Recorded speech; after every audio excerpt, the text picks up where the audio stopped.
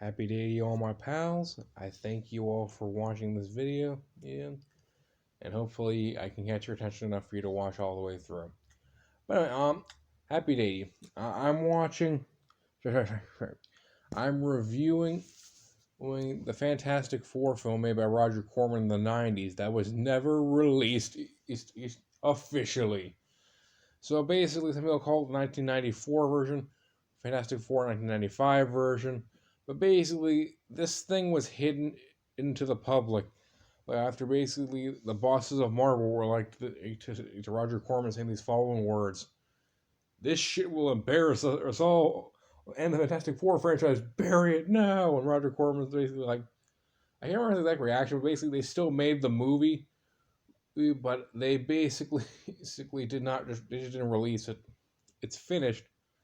It's just far. Actually, I'm not sure. Actually, it feels more or less finished. This compared to some other bad comic book films I've seen. I mean, it feels more polished than Superman 4. I'll tell you that. And but essentially, so here's the plot. We come across Reed Richards and Victor Von Doom in college together. And we learn about a plot device of this movie we call Colossus. No, not the X-Men and superhero, but I will go back to that later. It's actually an interesting reference to the X-Men in this movie. Essentially, Colossus is basically a space storm of energy of unlimited potential. And basically, Victor Von Doom, Reed Richards, and Ben Grimm attempt to harvest Colossus, leading to Victor Von Doom being hospitalized and being taken care of by Latverian people with cartoony accents. Where and like Mr. Fantastic, Reed Richards is asking this one Latverian guy where he's like, Richards basically asking the following question: "So where are you taking him?" Like, I laughed at the Latverian guy's voice where "We are taking him to the morgue," or and hopefully my neighbor's car radio doesn't blast off right. But anyway, then we cut over to see we read Richard and Ben Grimm's place where they stay during their home during college.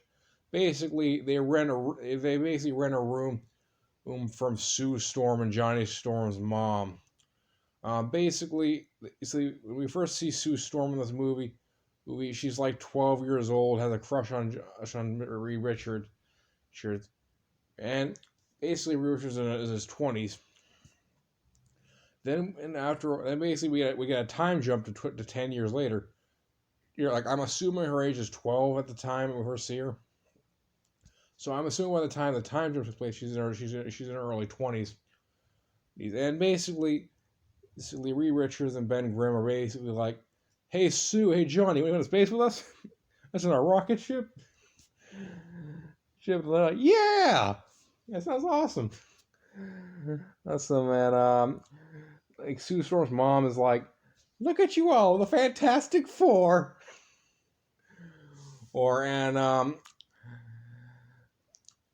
We see the typical stuff of that's been in these comics most in the early 60s.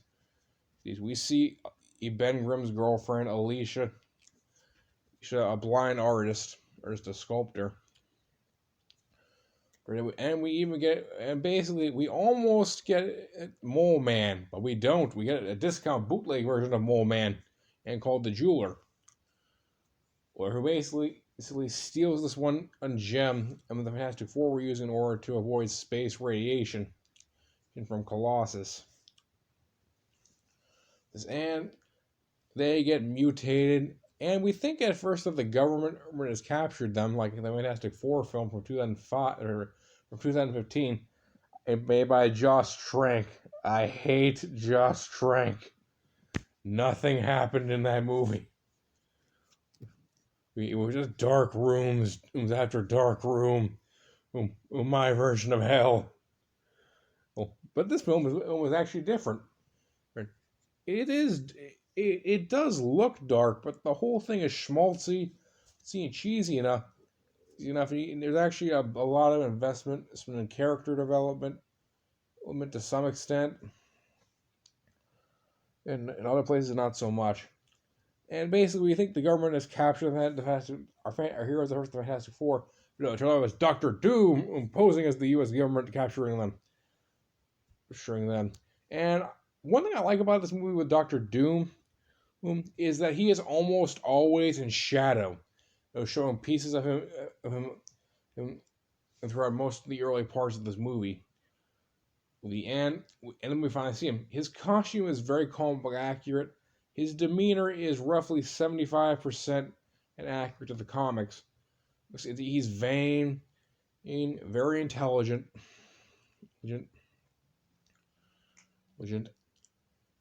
and basically, one of my favorite parts of them in this movie is when Ben Grimm attempts to save his girlfriend from the jeweler who kidnaps her.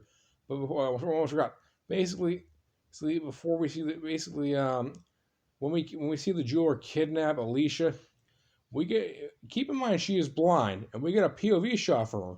Yes, we get a POV shot from a blind woman. And basically, before that, we get I believe a Thor reference with this one delivery man having wings on his hat. And I'm going to the X-Men reference pretty soon. Anyway, when Doctor Doom is basically trying to take this one gem that the jeweler stole, Ben Grimm saving his girlfriend, the jeweler's like, he says to Doctor Doom, take one step and I'll blow her brains out, and Doctor Doom's like, go ahead, I just want the damn jewel, hand it over, bitch.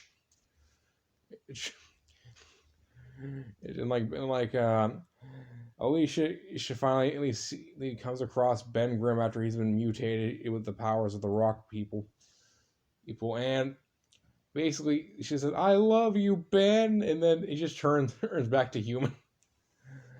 Usually when the girl showing interest in the guy usually leads to, it's the guy going on rock solid, but that's kind of a story for another day. Hey, one thing that basically describes the tone of this movie is when it's like this one scene, it leads to a very interesting reference. Where it's like when Sue Storm is hitting on Reed Richards. She's not hitting him, she's just kind of flirting. And then she just kind of stops. That's where due to shy. She's like, I guess I always disappear when I'm shy. Everyone's like, wait a minute, that's it. Sue, you have weakness of being shy. You disappear. She's like, what? Really? And you're like, John, you've always been very hot-headed. You catch fire. And you're like, yes, you're getting it. And like me, I've been flexible. I've been stretching myself far too thin. Trying to take you, trying to take care of me, trying to take care of everything else of all the responsibilities. And you, Ben, and you've always used brute force whenever your brain would suffice. And essentially, when in the Fantastic Four go to confront Doctor Doom again, here's the X-Men reference. I believe it to be one of these.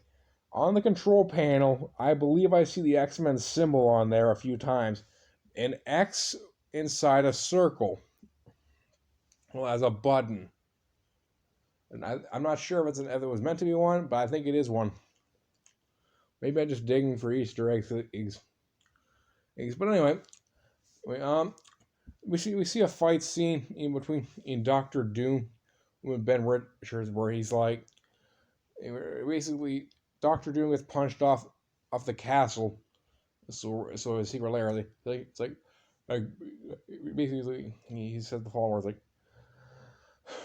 Ben, save me. We were friends once.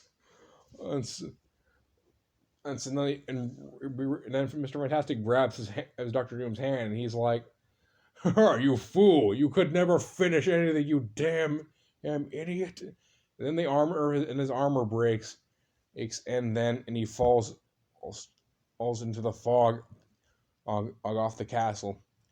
Then we actually get an interesting tease for the sequel where like Mr. Fantastic puts the piece of his Doctor Doom's armor on basically the wall all over the castle, and his hand moves, not connected to his body. That's kind of cool.